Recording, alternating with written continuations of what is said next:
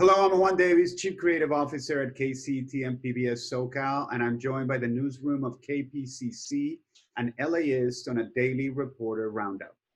Eric, let's start off with you. You've been reporting on a tiny startup called Hood Renovations that has been raising money to help make small free remodels for people in low income communities.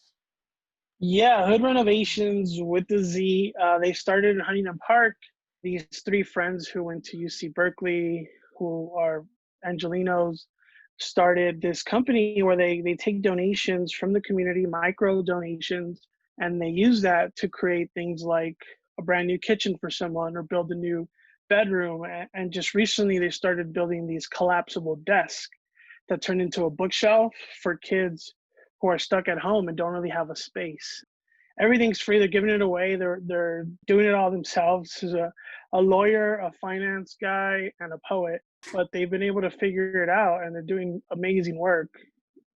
The Port of Long Beach is doing some big rebuilding of its own. Sharon got a sneak peek at a massive new bridge and potentially a new Southern California landmark.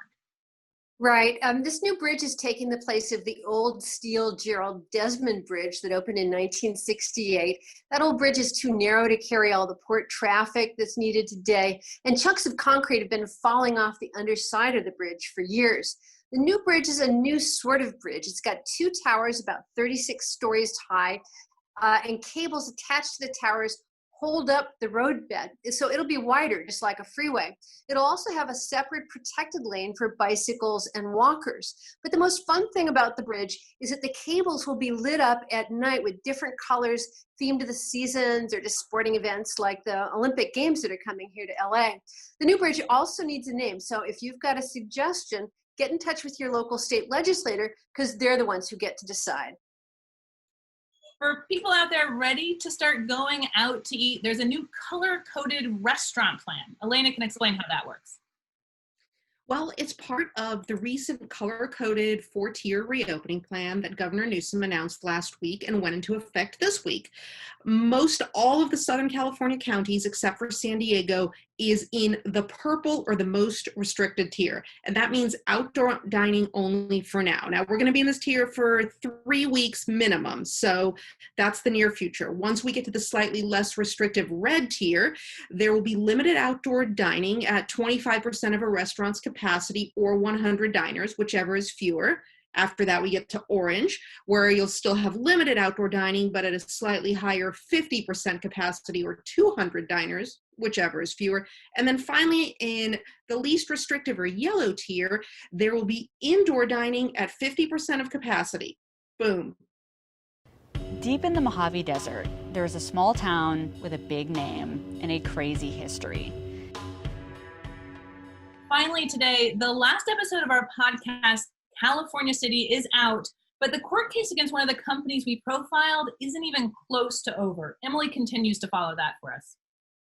So the company is called Silver Saddle Ranch and Club, and they're just the latest company to try to profit off of selling pretty overpriced desert land in the small Mojave Desert town of California City. And just a quick recap, so the California Department of Business Oversight, they actually shut Silver Saddle down last September and charged them with securities fraud. They said Silver Saddle used high-pressure sales tactics to convince more than 2,000 people to spend up to $30,000 on nearly worthless land. And finally, a trial date has been set in the case. It's July 2021, and the date is so far out in the future because the court is very backed up due to the coronavirus. And either way, it's looking really unlikely that people who invested with Silver Saddle will actually get their money back. The ranch and the land around it is currently for sale, but it's listed for a fraction of what Silver Saddle's owners claimed it was worth, which means that people who spent up to $30,000 there might get just $1,000 or so back.